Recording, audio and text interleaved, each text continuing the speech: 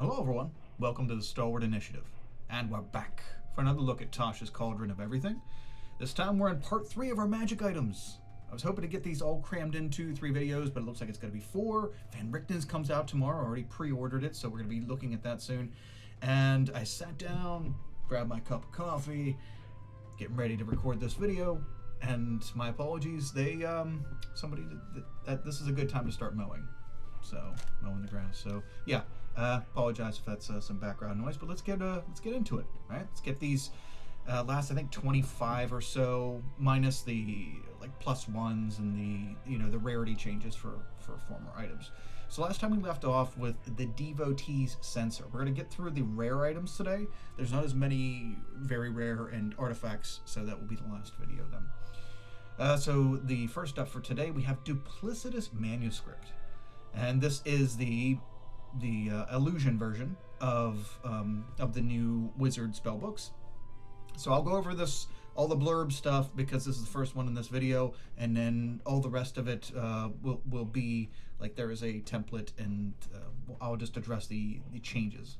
So to you, this book is a magical spellbook. To anyone else, the book appears to be a volume of verbose romance fiction. I like that already. As an action, you can change the book's appearance and alter the plot of the romance. The roleplay here is going to be fantastic. When found, the book contains the following spells: Hallucinatory Terrain, Major Image, Minor Image, Mislead, Nistul's Magic Aura, Phantasmal Force, and Silent Image. Functions as a spellbook for you. While you're holding the book, you can use it as a spellcasting focus for your wizard spells. This is the illusionist book here. Though you can be any type of wizard and use it, but it's very, very good for illusions. So you have to be a wizard, and the book has 3 charges, regains 1d3, charges daily, and you can expend one of the charges to do one of the following things. And as templated through all these wizard books, if you spend 1 minute studying the book, you can expend 1 charge to replace one of your wizard spells, your prepared wizard spells, with a different spell, but it must be an illusion spell because this is the illusion book. And our specific function here for this book: when a creature you can see makes an investigation check to discern the true nature of an illusion spell you cast, or makes a saving throw against an illusion spell you cast, you can use your reaction and expend 1 charge to impose disadvantage on the roll. Pretty nice. Things falling. Pretty nice. That's decent. I more so enjoy the spell list, but I more so enjoy just the romance the romance novel thing that you can change. I really think you can have some fun roleplay wise with that. So okay. Elemental Essence Shard. Now I really like this for these are again where just to address these are the Sorcerer's new thing for this book. These shards, and this one is the Elemental Shard. This crackling crystal contains the essence of an elemental plane. As an action, you can attach the shard to a tiny object, such as a weapon, piece of jewelry, or detach it. Falls off if your attunement to it ends. You can use the shard as a spellcasting focus while you hold or wear it. They're all going to be functioning like that, so just addressing that for the first one. And you roll a d4 and consult the Elemental Essence Shards table to determine the shard's essence and property. When you use a meta magic option on a spell while you're holding or wearing the shard, you can use that property. So this is a predetermined, basically, what elemental plane did this shard come from? Is it air, earth, fire, or water? I think as a DM, I would probably have this assigned ahead of time, because when your player finds the shard, you're gonna want them to like know what they're looking at. It's gonna. I would think the shards look very different. In fact, there's only just a small description here. Crackling crystal, which a lot of them have very detailed descriptions. This is just very vague. So I would to kind of change whatever the appearance looks like depending on what plane, what elemental essence this has. So air allows you to, when you use meta magic, allows you to immediately fly up to 60 feet without provoking opportunity attacks. Fantastic, giving you flyby, like just for that instant. Very nice. The earth one gives you resistance to a damage type of your choice until the start of your next turn, even force damage. Sweet. Like it. Earth, very powerful. The fire is also good. One target of the spell that you can see catches fire. The burning target takes 2d10 fire damage, and at the start of his turn, at the start of its turn, and then flames go out. So 2d10 fire damage. That's very nice, especially since you're going to be using your meta magic options multiple times. And water is, you create a wave of water that bursts out from you in a 10-foot radius. So you're like a boof. And each creature of your choice that you can see in that area takes 2d6 cold damage. So we're looking at less damage than the fire, but we're getting more utility. And it must succeed on a strength saving throw against your spell save DC or be pushed 10 feet away from you and fall prone. So this is, the important part here is that each creature of your choice, so that's nice, you're not in risk of hurting allies with this. It's dealing 2d6 cold damage, which cold damage isn't, it's okay. But the main thing here is that if they fail their strength save, they get pushed away from you and fall prone. Very useful, very powerful. And more so because you can choose who that happens to. Very cool. Really like this shard. I think it's one of my favorites, if not my favorite elemental shard. Or shard. Sorcerer shard. Speaking of sorcerer shards, the next one is Far Realm shard. This writhing crystal is steeped in the warped essence of the Far Realm. As an action, you can attach the shard to a tiny object. Okay, yeah. So it's the tiny object thing. We already went over that. When you use your meta magic option on a spell while you're holding or wearing the shard, you can cause a slimy tentacle to rip through the fabric of reality and strike one creature you can see within 30 feet of you. Creature must succeed on a charisma saving throw against your spell save DC or take 3d6 psychic damage and become frightened of you until the start of your next turn. This is cool. It essentially gives you an extra attack. And although okay, it is save or suck. So if they do pass, then they aren't going to take half damage or anything. But it's essentially an extra attack, extra source of damage. And if they're frightened of you, that can also really help for combat control. The next is the Fulminating treatise, and this is the evocation version of the Wizard Spellbooks here, and it comes with Contingency, Fireball, Gust of Wind, Layman's Tiny Hut, Magic Missile, Thunderwave, Wall Force, and it functions as a spellbook. This is pretty cool. Already, the spells it already gives you is great, and of course, if you spend a minute studying it and you spend a charge, you can switch a spell out for an evocation spell. And its main function here is that when one creature you can see takes damage from an evocation spell you cast, you can use your reaction and expend one charge to deal an extra 2d6 force damage to the creature and knock the creature prone if it is large or smaller. This is really powerful in the fact that it's, force damage, it's 2d6 force damage, but, take damage from, okay, it could be any spell. It can even be a cantrip. Okay, so it doesn't specify that it has to be a level 1 spell or higher, so you can use stuff like Firebolt and things like that, because those are evocation spells. You can use them to get an extra 2d6 force damage there, and knock the creature prone, and this is without a save, right? So as long as you hit them, as long as you deal damage to them, you are you're going to be able to knock them prone if they're large or smaller. Pretty powerful. I like it. Unavoidable. Next up we have the Heartweaver's Primer. This is the enchantment version of the spellbook, and there are the spells listed. I'm going to save time and barrel through these. You can look at the spells if you like. And this one is 1d3 charges, and this is the enchantment one, so you can switch a prepared spell out with an enchantment spell, taking a minute to do so. And its main function here is that when you cast an enchantment spell, you can expend one charge to impose disadvantage on the first saving throw one target makes against the spell. So if it's an AoE spell, you have to pick a target, and it's only the first save that they do. So it's good. It's good. It's very effective, especially since enchantment spells can be nasty if they fail it. And if you do it right off the bat and cause them to fail it, sometimes that can, get you the response or get you the results that you need. Next up we have the Libra of Souls and Flesh, and this is the necromancy version of the Wizard Spellbook. There are the spells. I like the spells, but the function here, so we can switch it out with the necromancy spell, right? 1 minute. We get that gist already. Here's the main function here. As an action, you can expend one charge to take on a semblance of undeath for 10 minutes. For the duration, you take on a deathly appearance, and undead creatures are indifferent to you, unless you have damaged them.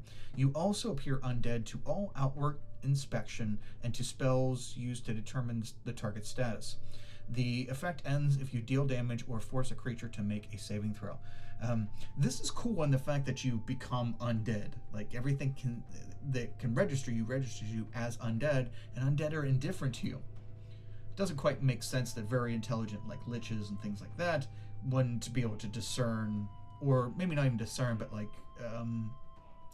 aren't able to have a way to see through this, or just to not care. But yeah, I like it thematically.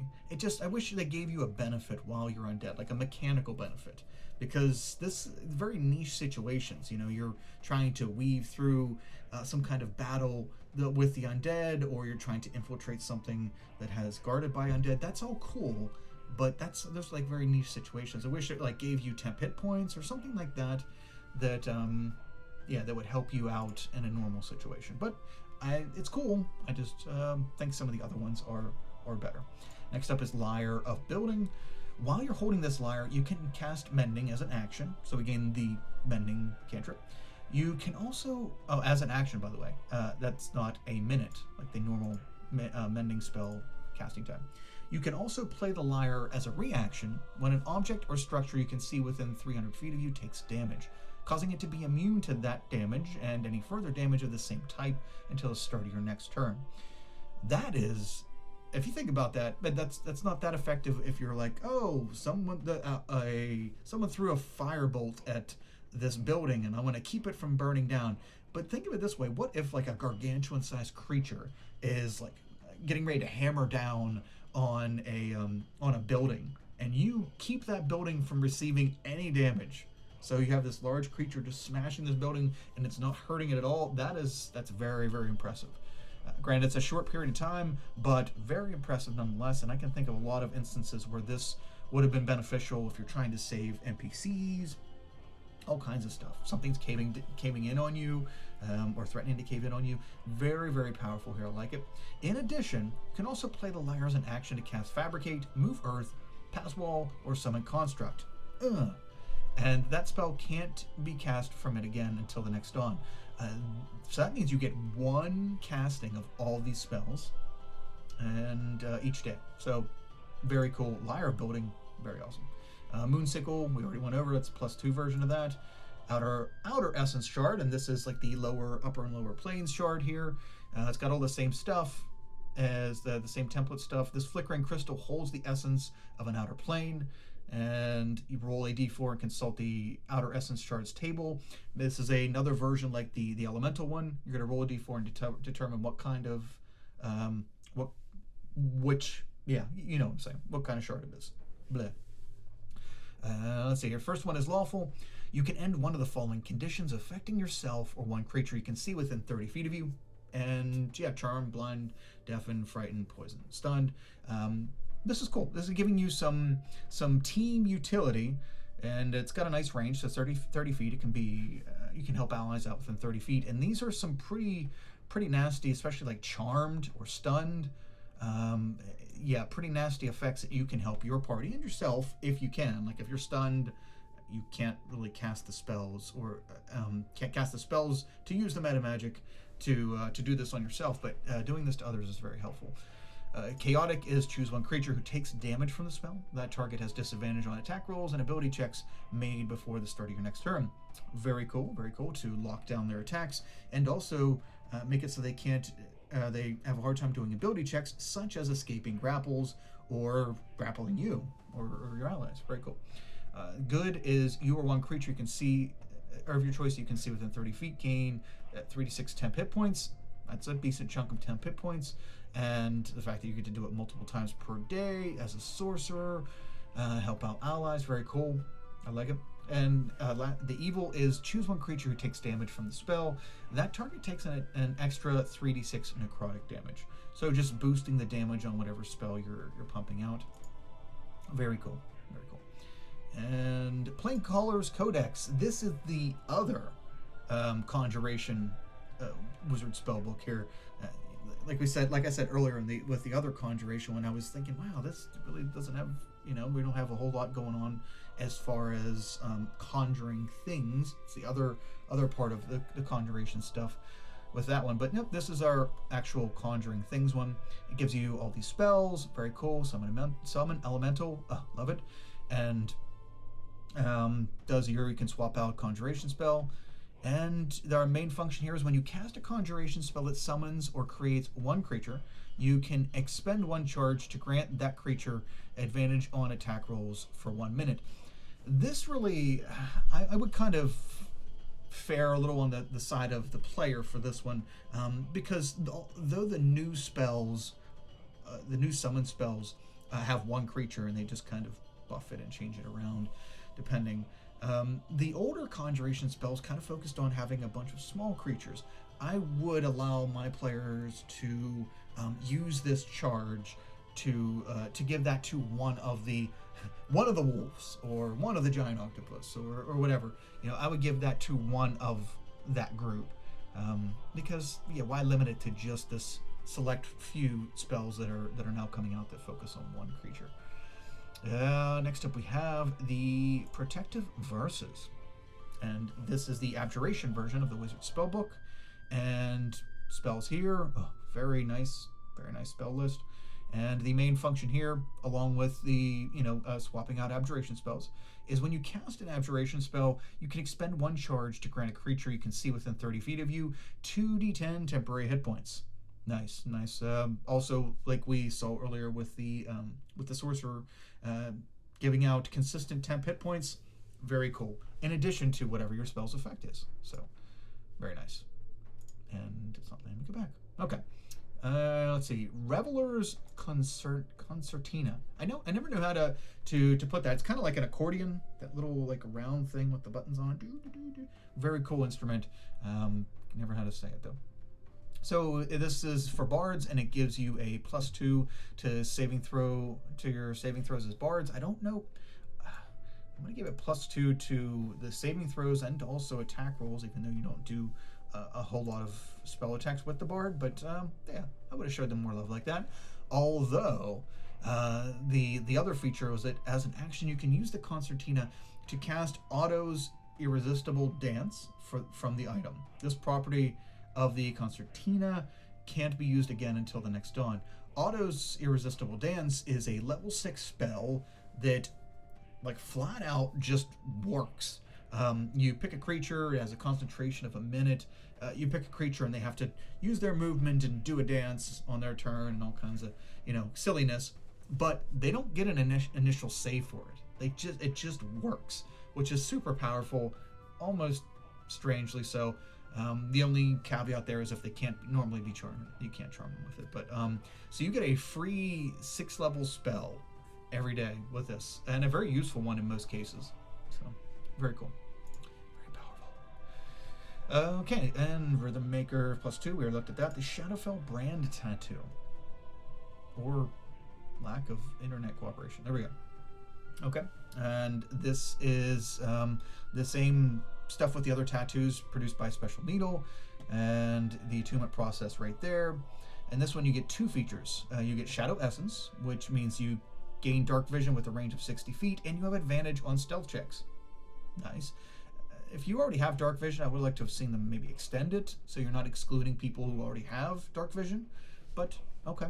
And the last part is Shadowy Defense. When you take damage, you can use your reaction to become insubstantial for a moment, having the damage you take, and then the reaction can't be used again until the next sunset.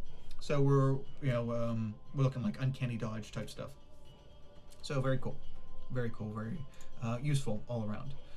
And the Shadowfell Shard. This is the Shadowfell version for the Sorcerer shards. Oh, I like that. I like that image. Very cool.